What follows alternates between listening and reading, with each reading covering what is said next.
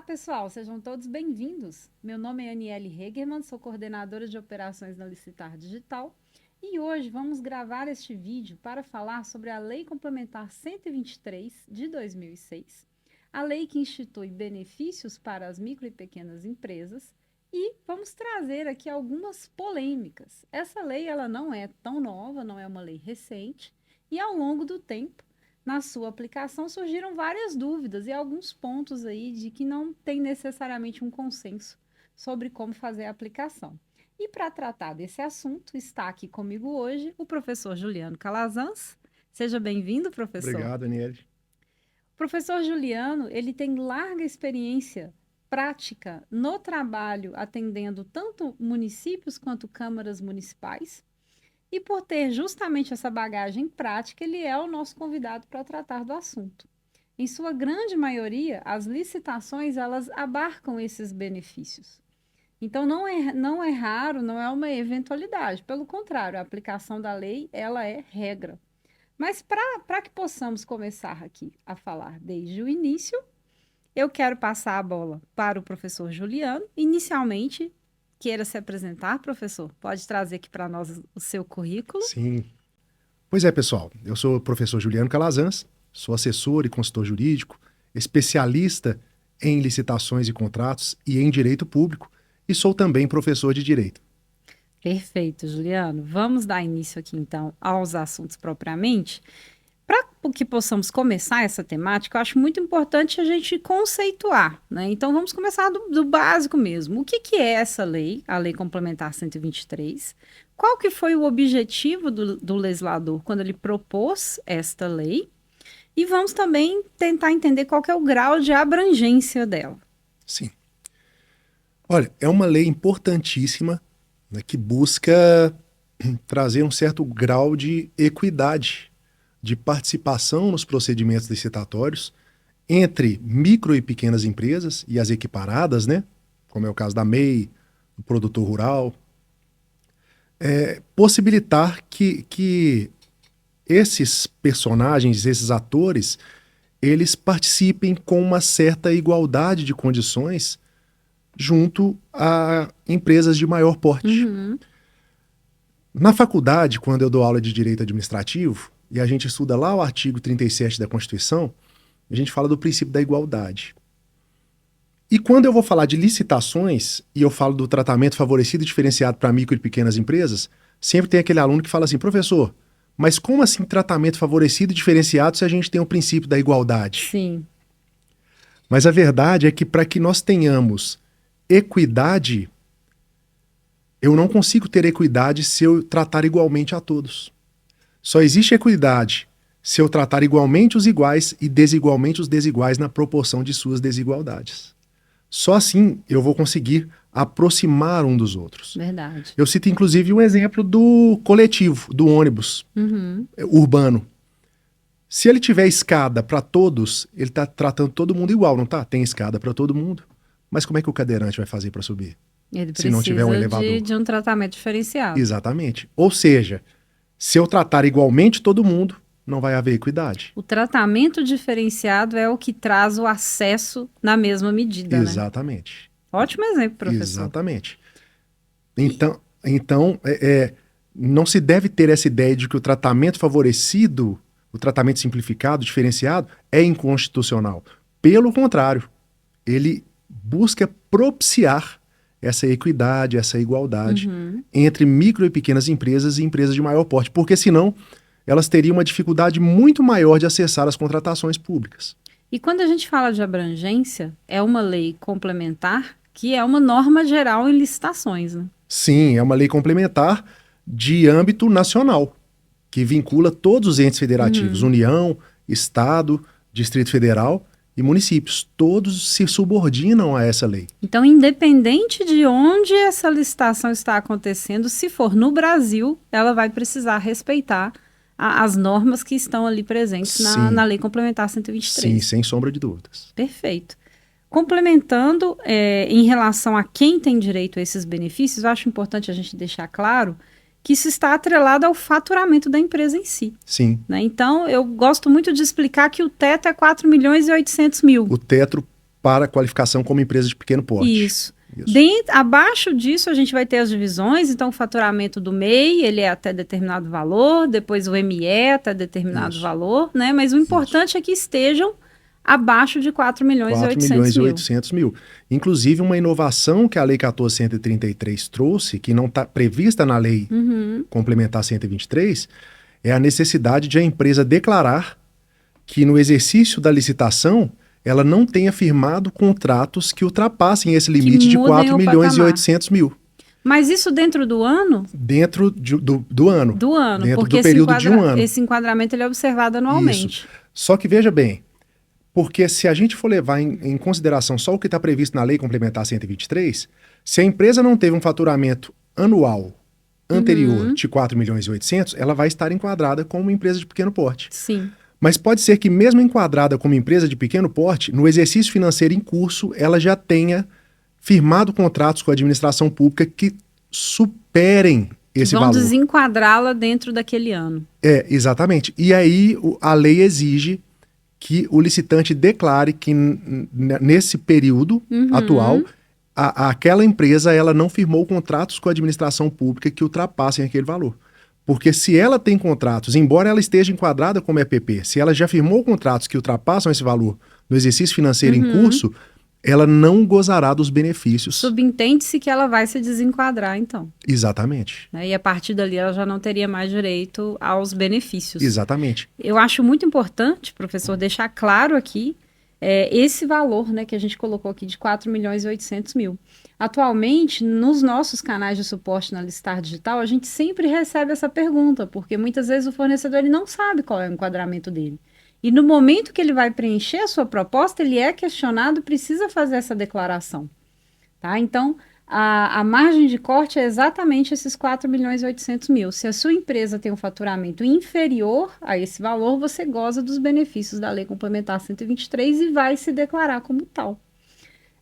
Como o professor bem pontuou, eu vou repetir para frisar bastante, os MEI, quem está enquadrado como MEI também tem acesso a esse benefício, o produtor rural e as cooperativas, que também podem estar equiparadas aqui. Né? Inclusive, Aniele, falando ainda da Lei 14.133, de algumas inovações que ela trouxe em relação a isso, ela também enumera que não será concedido o tratamento favorecido e diferenciado quando essa empresa estiver participando, no caso de compras e serviços de itens de licitação que superem 4 milhões e 800, ou no caso de obra, se a obra for também superior a 4 milhões e 800 mil. Tem alguns agentes de contratação que eu já vi que estão interpretando isso de forma errada.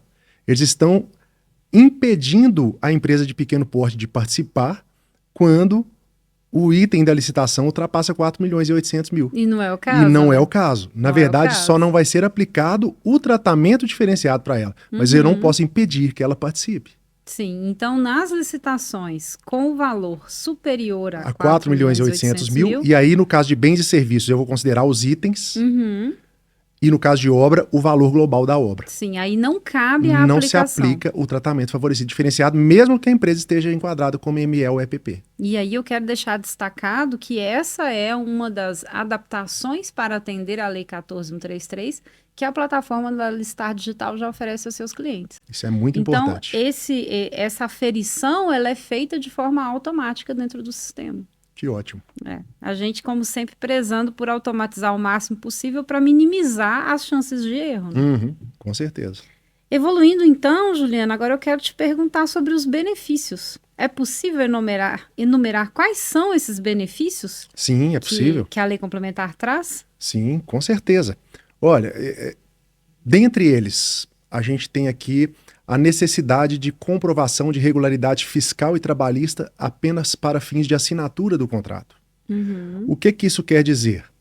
Que a micro ou pequena empresa ela pode participar da licitação normalmente, mesmo que ela tenha alguma restrição fiscal ou trabalhista. Isso não vai ocasionar a sua inabilitação de imediato. Ela vai ser habilitada com algumas restrições e aí surge o outro benefício. Terá que ser concedido o prazo de 5 dias úteis para que ela consiga sanar aquele problema e resolver a situação. Inclusive, esse prazo ele era anteriormente de 2 dias úteis. Mas a Lei Complementar 123 foi alterada pelas leis complementares 147 e 155. E dentre essas alterações, houve essa dilação do prazo de 2 dias para 5 dias úteis. Porque 2 dias úteis, muitas vezes, não é o suficiente para o cara ir lá pagar o débito e conseguir emitir uma certidão negativa. Foi alterado para 5 dias úteis, que já é um prazo razoável. Entendi. Além dessa comprovação de regularidade fiscal apenas para fins de assinatura do contrato, nós temos também a possibilidade do empate ficto, que não é um empate real, é um empate criado pela Lei Complementar 123, Sim. que no caso do pregão equivale a 5% e na concorrência 10%. Isso quer dizer o quê, pessoal? Que quando eu estiver numa licitação sobre a modalidade pregão, cujo lance de uma empresa de grande porte seja o melhor lance, de R$10 mil, e eu tenha o lance de uma micro ou pequena empresa na casa dos R$10.500, o lance dessa micro ou pequena empresa ficou até 5% acima do menor lance que foi oferecido por uma empresa de maior porte. Diante disso, deve o agente de contratações ou pregoeiro dar a possibilidade para que essa micro ou pequena empresa ela ofereça um lance final que cubra o lance vencedor, porque há uma prioridade de contratação da ME/EPP. Ah, mas professor, e aí, ela dando esse lance final, a empresa de grande porte vai poder oferecer um novo lance? Não, porque senão eu restabeleço a fase de lances. Na verdade, é só uma questão de prioridade. É um lance final da micro ou pequena empresa para possibilitar que ela vença. E tem uma outra coisa que muita gente não se atenta. Se essa segunda colocada, que ficou até 5% acima, ela não fizer jus a essa possibilidade, se eu tiver nas demais colocações outras micro ou pequenas empresas que estejam também dentro dos 5%, deve ser possibilitado a elas que elas também deem esse lance final. Precisam que todas sejam convocadas para tal. Todas. Isso hoje na sala de disputa é um procedimento automatizado. Automático, também. Exatamente. A gente não precisa calcular manualmente, é só deixar o sistema isso é maravilhoso. Seguir seu fluxo. Eu comento com o pessoal nos órgãos. Comentava, né? Porque agora eles já viram que era verdade. Quando vocês fizerem uma licitação eletrônica, nunca mais vocês vão querer fazer uma licitação presencial na vida. E hoje eles já concordam, porque estava todo mundo morrendo de medo, né? E principalmente no caso da plataforma, como é o caso da Licitar Digital, que é muito intuitiva. Ah, que bom. Muito simples de trabalhar. Quando a gente fala também dessa migração dos processos presenciais para o eletrônico, a gente ouviu, né, já ouviu muitas pessoas entenderem que isso afastaria o fornecedor local e regional da participação. Mas para manter a participação, a gente tem inclusive um benefício que também é da Lei Complementar 123. Né? Tem, exatamente. Que é a possibilidade de se estabelecer preferência para micro ou pequenas empresas que estejam sediadas local ou regionalmente, cujo preço esteja até 10% acima do preço vencedor. E aí, nesse caso, inclusive o Tribunal de Contas do Estado de Minas Gerais já se manifestou, não se confunde com empate ficto. Porque no caso do empate ficto, se a proposta ficou acima naquele percentual, o licitante ele vai ser chamado para oferecer um lance final. No caso da preferência local ou regional, caso assim seja regulamentado, porque há uma necessidade de regulamentação disso, a micro ou pequena empresa sediada local ou regionalmente, ela vai vencer a licitação, mesmo estando com valor em até 10% acima. Então, é uma possibilidade de se fomentar ali o comércio local e regional. O que não se confunde, em princípio, com a questão da restrição geográfica. Ah, não, só pode participar da licitação empresa do município ou da região. Essa é uma das polêmicas. É uma polêmica. É uma das polêmicas. E aí eu vou te dizer qual é o entendimento do Tribunal de Contas de Minas Gerais, que é o entendimento que eu compactuo. Essa restrição, quem vai definir a necessidade dela ou não é o objeto da licitação. É o objeto quem vai me dizer se ele não pode ser executado satisfatoriamente por uma empresa, por um licitante que não esteja sediado local ou regionalmente. Combustível, por exemplo. Como é que eu vou fazer uma licitação para ampla participação, correndo o risco de alguém ganhar o fornecimento de combustível a 500 quilômetros do meu município? Não justifica. Fornecimento de bens perecíveis, de padaria, em que o cara tem que entregar o pão todos os dias, tem que chegar ali novinho, também pode ser uma justificativa. Por outro lado, a gente tem outros tribunais com um entendimento mais abrangente. Tem, se eu não me engano, inclusive o do Paraná. Paraná é um destaque. E de Santa Catarina grande também. Nesse aspecto. Exatamente. Sim, ali a gente já consegue fazer uma licitação onde exclusivamente só participam Sim. fornecedores locais e O regionais. Tribunal de Contas do Paraná, ele tem alguns pensamentos mais... É uma vanguarda, né? A Isso, gente nota exatamente. que ele normalmente ele está à frente nesses Sim, raciocínios, sim, sim. sim. Inclusive, o Estado do Paraná foi o primeiro ente federativo a regulamentar na A totalidade a nova lei de 14133. licitações. Um decreto com mais de 800 artigos, se eu não me Sim, engano. sim. Que foi uma inspiração Para para vários muitos outros outros entes públicos. regulamentos. Com certeza. Seguindo, então, a gente tem aqui ainda o benefício da exclusividade e da cota. Sim, é. Por fim, nós temos esses dois benefícios. O primeiro deles é a destinação exclusiva para micro e pequenas empresas, no caso de itens de licitação que tenham valor estimado de R$ 1.000. Uhum. Veja bem, é o valor estimado do item. Muitas vezes se confunde com o valor da licitação. Eu posso ter uma licitação de R$ 10 milhões. Se eu tiver itens dentro dessa licitação cujo valor estimado não ultrapasse 80 mil, esses itens têm que ser destinados à participação exclusiva de micro e pequenas empresas. Então, nada impede que a micro ou pequena empresa participe também nos outros itens que não são exclusivos, mas ela vai participar sem a exclusividade, Ela vai participar competindo com empresas competindo com empresas de maior porte, superior. o que dificulta, sem sombra de dúvidas, a vida dela. Sim, sim. Né? Agora, temos também a questão da cota reservada, né? De até 25% para participação exclusiva de micro e pequenas empresas. A questão da cota reservada, que muitas vezes eu vejo as pessoas abordando de forma errônea, é que as pessoas falam, tem que aplicar a cota de 25%. Não é que tem que aplicar a cota de 25%. A cota é de até 25%. Eu posso aplicar uma cota de 5%, de 10%, vai depender do que o meu estudo técnico preliminar demonstrar, né? Mas a verdade é que, naqueles itens que não são exclusivos, itens de até R$80 mil, eu vou separar uma cota ali de 25% e essa cota de 25% vai ser destinada exclusivamente à participação de micro e pequenas empresas, enquanto que a outra cota, o restante, vai ser destinada à ampla concorrência, podendo, inclusive, essa micro ou pequena empresa participar daquela cota não reservada. Professor, aproveitando, uma dúvida que é muito recorrente na nossa central de suporte.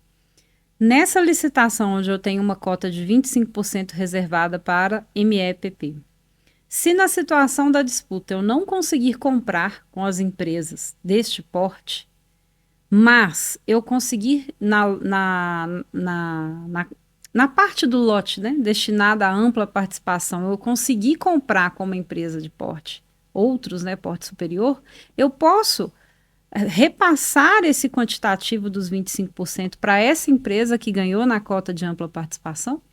Eu entendo que é possível desde que seja algo previamente estabelecido de forma clara no edital. Se isso estiver bem estabelecido de forma clara e restou demonstrado que as micro ou pequenas empresas ou tiveram desinteresse naquilo, causando uma deserção, ou não conseguem chegar no valor, o que poderia causar um fracasso daquele item, desde que isso tenha ficado claro no instrumento convocatório, por meio de parâmetros objetivos e claros, entendo que é possível sim fazer até por uma questão de eficiência, sim, de economicidade perca, processual, né? Porque senão você vai ter que restabelecer um novo procedimento, às vezes para um item apenas. Não é o caso. 25% daquele item, né?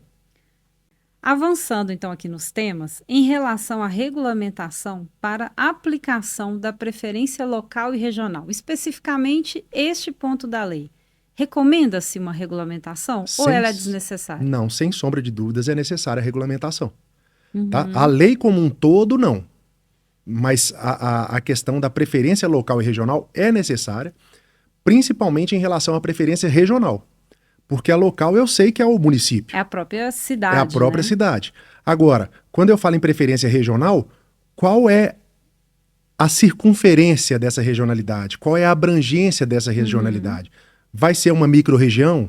Vai ser um raio de 100 quilômetros, de 50 quilômetros? Então, isso tem que ser estabelecido por meio de regulamento e até mesmo a questão de se estabelecer o seguinte, Aniele. Essa preferência local e regional, ela vai se equiparar ao empate ficto? Ou seja, a empresa micro ou pequena empresa sediada local ou regionalmente, para que ela faça jus à adjudicação do objeto em favor dela, ela vai ter que dar um lance final que cubra o da proposta vencedora? Ou ela vai conseguir vencer a licitação mesmo que ela mantenha o preço 10% acima, Sim. que é o que o Tribunal de Contas de Minas Gerais entende ser possível. Uhum. Então quem vai dizer isso, sem sombra de dúvidas, é o regulamento, porque a Lei Complementar 123 ela não trouxe esses detalhes Específicos, desse né? procedimento, esses detalhes específicos. Até mesmo porque mudam de ente público para ente público. Sim, mudam sim.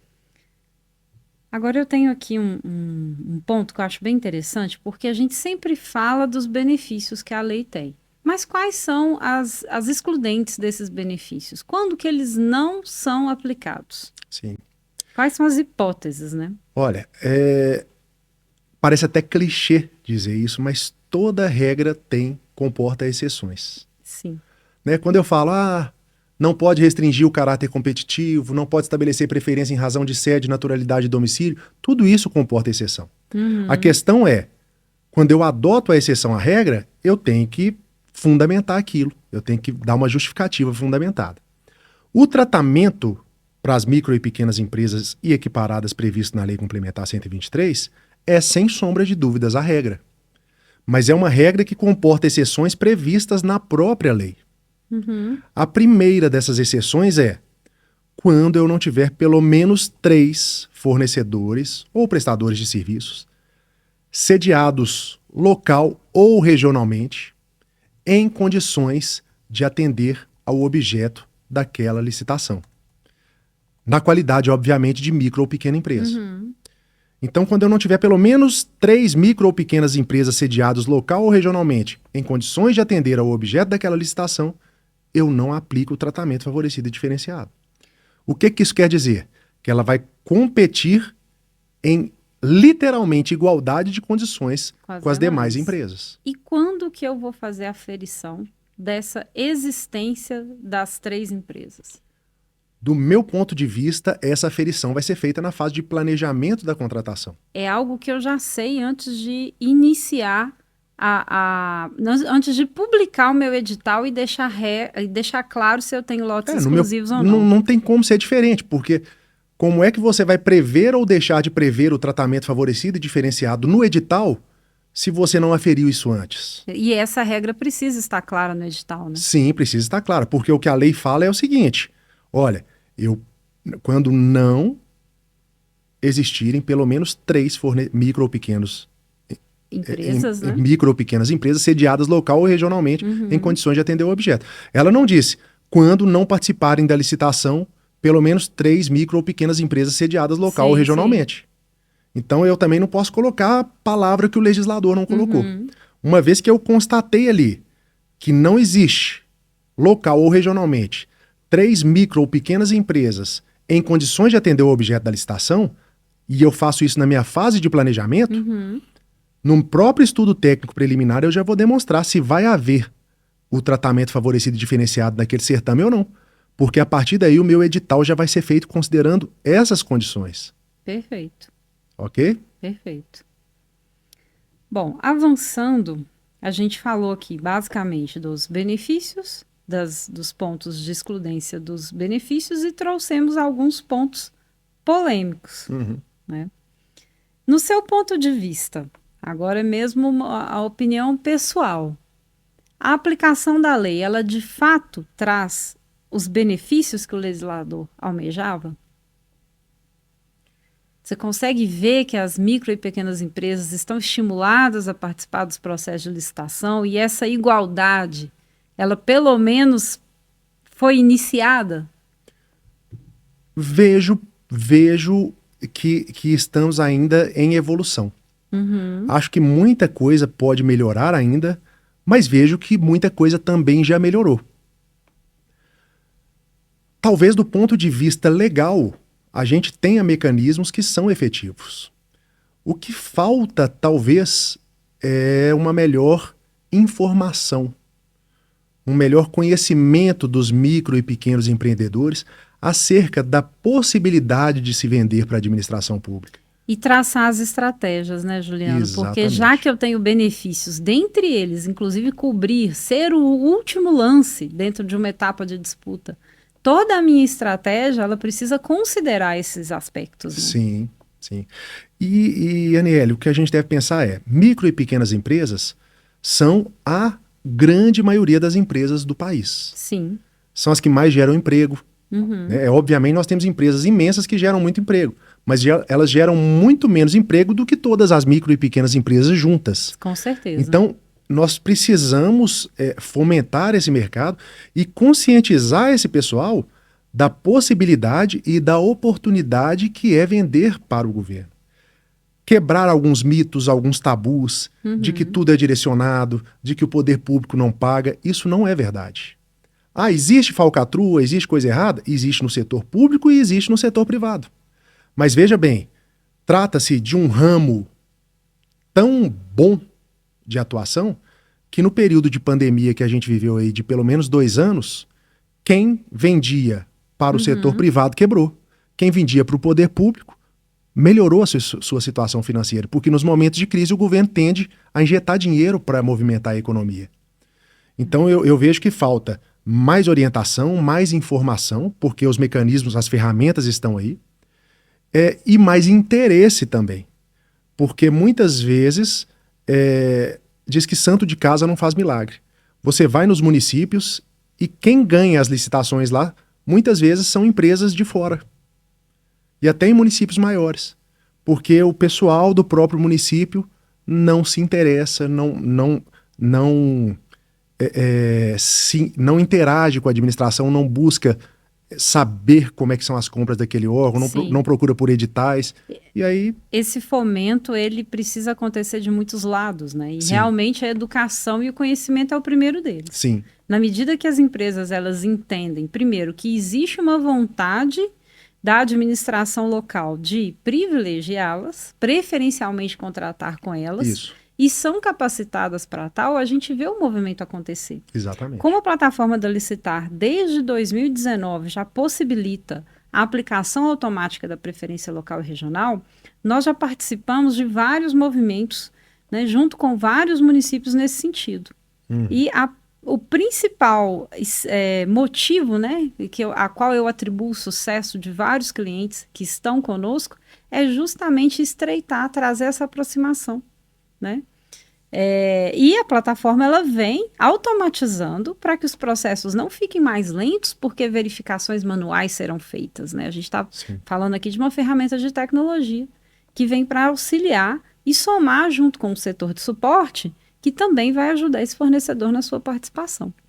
E só para finalizar, só não ver como positivo essa questão das licitações eletrônicas dentro de uma plataforma com ampla publicidade, só não ver como positivo aquelas pessoas que infelizmente se acostumaram ao longo de anos a burlarem a competição. Né? A gente sabe, isso não acontece aqui no Brasil não, é lá na Suíça, na Dinamarca, que o cara chegava já com a proposta dele e outras duas, com o valor acima do valor dele para vencer. E esse cara acostumou a fazer dessa forma e passou a achar que aquilo era a forma correta. E hoje, quando ele sabe que ele vai entrar numa plataforma e que uma pessoa de qualquer lugar do mundo vai poder entrar e competir com ele, isso assusta. Mas para quem quer as coisas certas, não tem nada melhor. Por outro lado, também a quantidade de licitações disponíveis aumentou muito, né? A quantidade de oportunidades, porque você, num processo eletrônico, você não precisa participar de um só ao mesmo tempo. Você exatamente. Tem todas essas variáveis. Não precisa sair de casa, né? Isso. Mas eu deixo aqui um alerta para os fornecedores. Tenham cuidado ao contratar com a administração, porque da mesma forma que a administração precisa planejar as suas contratações, vocês também precisam dedicar a maior parte do tempo planejando o seu negócio. Porque nos contratos administrativos prevalece a supremacia do interesse público. A administração está numa posição de superioridade em relação ao particular. Essa superioridade ela vai se manifestar por meio de cláusulas exorbitantes. E a administração poderá impor uma série de restrições e sanções caso você não venha a cumprir com o seu contrato. Então, muito cuidado. É um excelente negócio, é uma excelente oportunidade, mas conheça o mercado, vá devagar, se planeje, nunca vá para uma licitação sem antes definir qual é o seu preço mínimo. Não se entusiasme, não se deixe levar pela emoção, porque se você não conseguir executar o objeto, isso poderá certamente implicar sanções que podem ir de uma advertência e uma multa até uma declaração de inidoneidade, que pode tirar você por 6 anos do mercado das licitações e das contratações públicas. Muito complexo. Professor, quero agradecer muito a sua participação. Finalizamos aqui o nosso vídeo sobre a Lei Complementar 123. Trouxemos algumas polêmicas. Eu espero que vocês tenham gostado. Caso dúvidas persistam, podem deixar aqui nos comentários que nós vamos responder cada uma delas com todo carinho e atenção. Então, novamente, muito obrigado, professor, por estar aqui conosco. Obrigado, Aniele, obrigado, Licitar Digital, e um forte abraço a todos vocês. Sucesso nas licitações públicas. Tchauzinho, pessoal. Até o próximo vídeo.